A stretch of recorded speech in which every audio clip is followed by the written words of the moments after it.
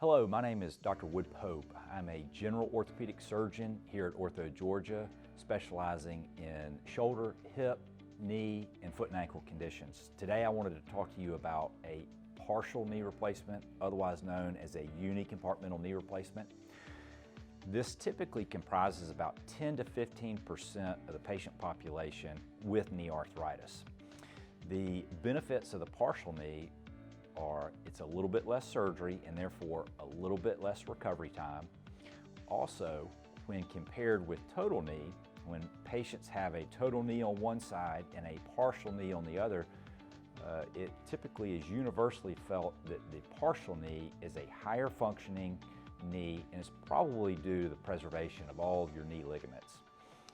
So if you are a candidate for partial knee, we typically offer that to you for the said benefits.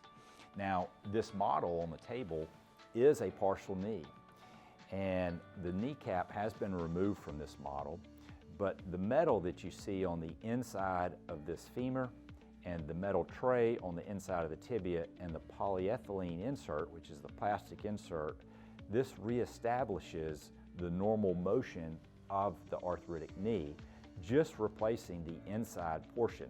Now, this is by far the most common partial knee that's done. You can do kneecap replacement only. You also can do lateral compartment replacement, but these are far less common.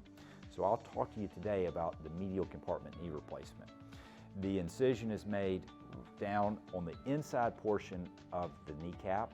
It's slightly smaller than a total knee incision. We typically use a robot that allows us to take preoperative imaging using a CAT scan, and it allows us to perfectly remove a finite amount of bone and replace that bone with these metal components. That allows us to balance the knee appropriately to reestablish normal ligamentous tension, and it preserves your anterior cruciate ligament, which is crucial for knee function. The surgery itself is typically about an hour. It oftentimes can be done in an outpatient or surgery center setting. You are in the recovery room about an additional hour, then a therapist will come by and get you out of bed. You will then walk about 80 to 100 feet around the nurse's station and then typically home to the comfort of your own home. Most folks will use a rolling walker for 5 to 10 days. When they and their therapists think that they are safe to transition to a cane, they will do so. Most patients are off the cane by 3 to 4 weeks postoperatively.